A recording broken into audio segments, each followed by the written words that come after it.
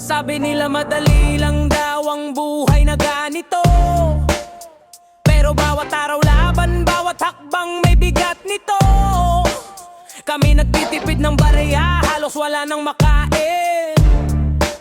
Sila naka-aircon habang kumakain ng steak sa gabi. San ka dadalhin yan? Hindi nga kasya pang isa. Paano pa ang maghapon? Bakit bulagang dapat lumingon sa amin?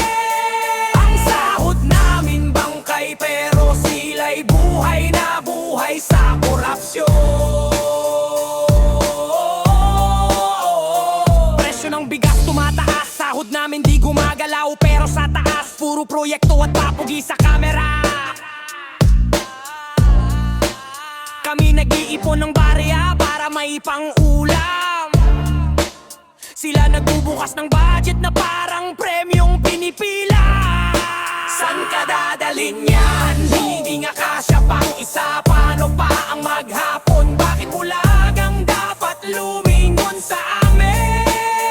Ang sahod namin bangkay, pero sila'y buhay na buhay sa korupsyon.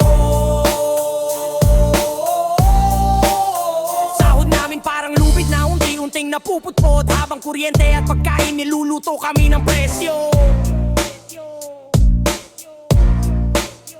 Kami ang nagbabayad ng lahat ng pagkukulang. Sila ang may pulang carpet, pa-smile pa sa publiko.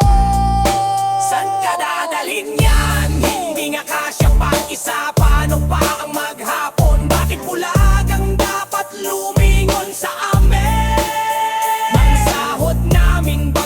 Pero sila'y buhay na buhay sa korupsyon. Habang tumataas ang presyo, tayo ang naupos. Sila pa rin ang busog, habang bayan ang lugmok.